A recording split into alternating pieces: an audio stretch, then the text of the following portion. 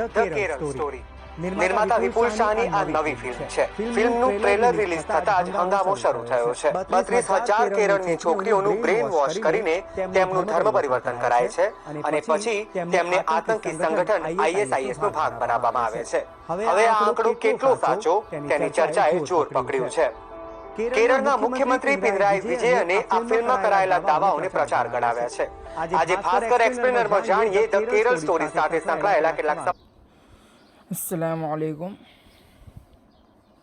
The Kerala story का trailer जो आया उसके बारे में उन्होंने पहले शुरू में लिखा है, ये दिव्य भास्कर ऐप है जो मशहूर व मारूफ गुजरात का पेपर भी अखबार भी है और ये कितना मशहूर है ये हर कसो नाकस पर वाज़े है कि दिव्य भास्कर कितना पढ़ा जाता है। बहरहाल तो उन्होंने एक्सप्लेनर किया द केरल स्टोरी को।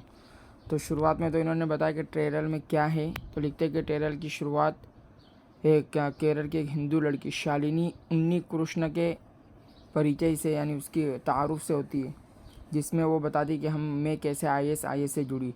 बाहर ये ट्रेलर को बता रहे कि ट्रेलर में क्या दिखाया गया है। तो कहा ट्रेलर में ये दिखाया गया कि केरल में कोई ऐसी गैंग है जो लड़कियों का ब्रेन वॉश करते हैं, उसके बाद उन्हें उनका मज़हब बदल देते, धर्म परिवर्तन जिसे कहते हैं वो कर देते, उसके बाद उनको ISIS का भाग बना देते। और इसके लिए कभी तो जिस्मानी ताल्लुकात कायम करके उनको उधर मोड़ दिया जाता है या फिर कभी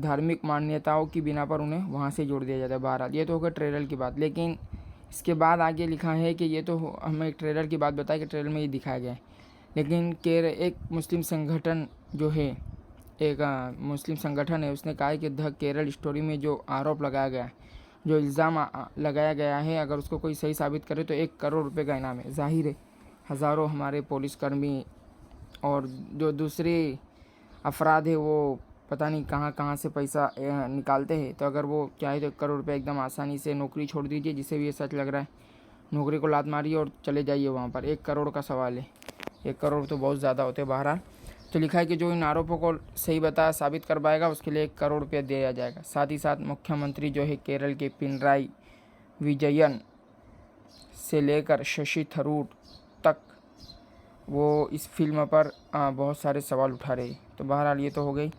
अब सवाल ये है कि सवाल करते हैं कि द केरल स्टोरी में दिखाया गया है कि इश्क के जाल में फंसाकर लड़कियों को एक बड़े पैमाने पर इस्लाम कबूल कराया जाता है। तो इसकी हकीकत क्या है, कहाँ तक ये सच है और इसमें कितना झूठ मिलाया गया है। क्या आगे लिखते क्या वाक़तन केरल में लव जिहाद चल रहा है। तो लिखते कि 2009 में बेकेस केरल और कर्नाटक के कोर्ट में पहुँचे थे। उसके बाद लव जिहाद का मुद्दा चर्चा में आया था, लोगों के दरमियान मशहूर हुआ था और ये दोनों केसों में लड़की के माँ बाप ने इल्ज़ाम लगाया था कि उसकी लड़की का ब्रेन वॉश किया गया है, उस पर दबान बनाया गया है कि वो शादी करे वगैरह वगैरह। फिर इसके बाद आप गुजराती में बहुत सब लिखा हुआ है, पढ़ते रहिए, पढ़ते चले जाइए, पढ़ते चले जाइए, पढ़ते चले जाइए, पढ़ते चले जाइए, पढ़ते चले जाइए। इसमें जो एक केस है उसमें बता रहे कि सिल्का राज, बहुत लंबा जो अपने आपने ऊपर से पढ़ा होगा, तो लिखती है कि सिल्का राज नाम की लड़की का एक केस जो है वो भी आया था। तो सिल्का राज खुद आगे कहती कि उसने धर्म खुशी से परिवर्तन किया है, खुशी से उसने मज़हब इस्लाम को कबूल किया है और अपनी मर्ज़ी से शादी की है। फिर उसके बाद लिखा हुआ है आगे। बहरहाल तो जो दिव्य भास्कर एक्सप्लेनर है वो कह रहे हैं कि लव जिहाद का कोई उन्हें मुद्दा नहीं मिला, यानी कोई सबूत नहीं मिला है।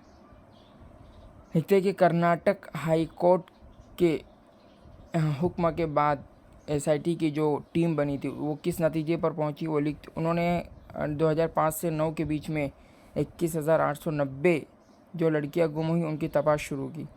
तो लिखते हैं कि सिर्फ 229 लड़कियां ऐसी थी जिन्होंने दूसरे धर्मों के लड़कों के साथ निकाह किया था, 229। उसमें से 63 ही लड़कियों ने अपना धर्म चेंज किया था, बदला था।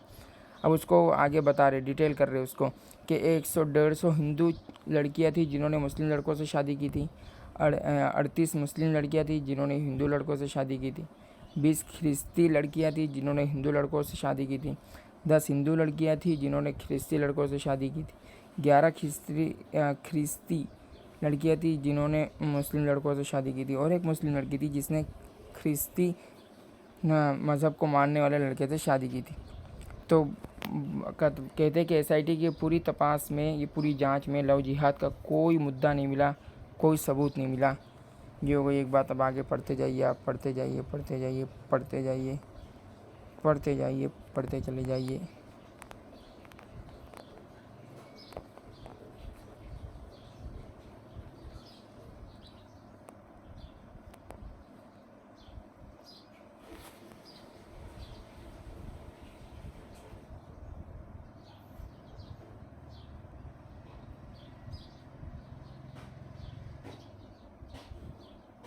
दो हज़ार 16 में बहुत मशहूर वाक़या था। 2016 में केरल में लव जिहाद का मुद्दा फिर एक मरतबा चर्चा में आ जाता है और मीडिया उसको बहुत ज़्यादा उछालता भी है।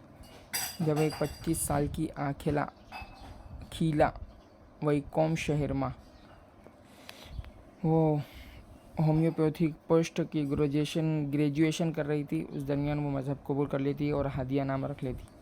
ये तो बहुत ज़्यादा इसको सुना गया था, और पेपरों में और उर्दू मैगज़ीन में भी मैंने तो इसको पढ़ा था। बहरहाल उसके बाद में भी सब आगे आता है, फिर वो सब लिखा हुआ आप पढ़ सकते हैं कि कोर्ट ने कहा कि अलग रहो। फिर इसके बाद आगे केस बढ़ता है और फिर साथ में लड़की तो वह हादिया का फिर कोर्ट ने भी कहा कि आप झूठा इल्ज़ाम लगा रहे हो, कोई लव जिहाद वो जिहाद नहीं है, और फिर कहा कि आप पढ़ सकते हैं। सुप्रीम कोर्ट ने कहा कि भाई दोनों मियाँ बीवी बन के रह सकते हैं। देखिए, शफीन जहां की पत्नी बनने रहवा मांगे छे। बहरहाल इस तरह के आप पढ़ते जाइए इसे। फिर आगे पूरा नतीजा लिखते खुलासा कि अब तक पूरे मुल्क में, इंडिया कंट्री में लव जिहाद नाम का कोई मजबूत सबूत नहीं मिल सका। दूसरा दावा द केरल स्टोरी में क्या किया गया है वो आगे लिखते हैं कि 32,000 से ज़्यादा लड़कियां गुम हैं और हज़ारों लड़कियों को धर्मांतरण यानी उनका धर्म चेंज करके आईएसआईएस में जोड़ दिया जाता है। इसमें कितना सच है उसको ये लोग जांचते हैं, एक्सप्लेनर करते। फिर इसको आप पढ़ते चले जाइए आगे।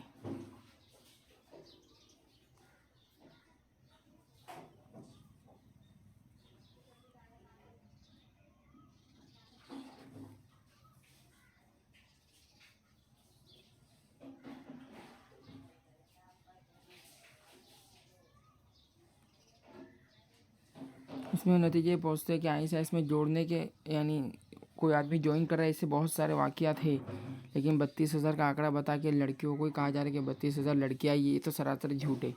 ये इनका नतीजा है। तीसरा इल्ज़ाम जो लगा है कि केरल से गुम हुई लड़कियां आईएसआईएस में जुड़ चुकी है, उसको ज्वाइन कर लिया। इसमें कितना सच है उसकी ये लोग जांच। इसमें लिखते हैं कि 2016 से 18 यानी कम से कम 2 साल के दरमियान 4 औरतें अपने शौहरों के साथ, अपने हस्बैंड के साथ अफ़गानिस्तान का नागरहार पहुंच जाती है। वहां उनके जो शौहर है वो तो अलग अलग जगह अलग अलग हमलों में मारे जाते हैं, और उसके बाद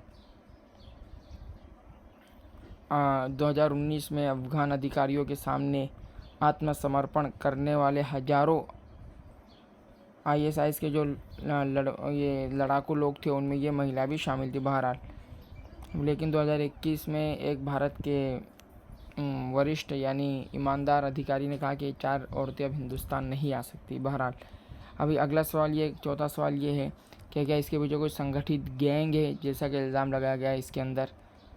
तो हाई कोर्ट 2009 में केरल हाई कोर्ट ने एक सौगंधनामा, पता नहीं सौगंधनामा क्या होता है, केंद्र सरकार ने को कहा था कि लव जिहाद के नाम पर देश में कोई संगठित गैंग नहीं है, पूरे मुल्क में नहीं है, केरल की बात छोड़िए।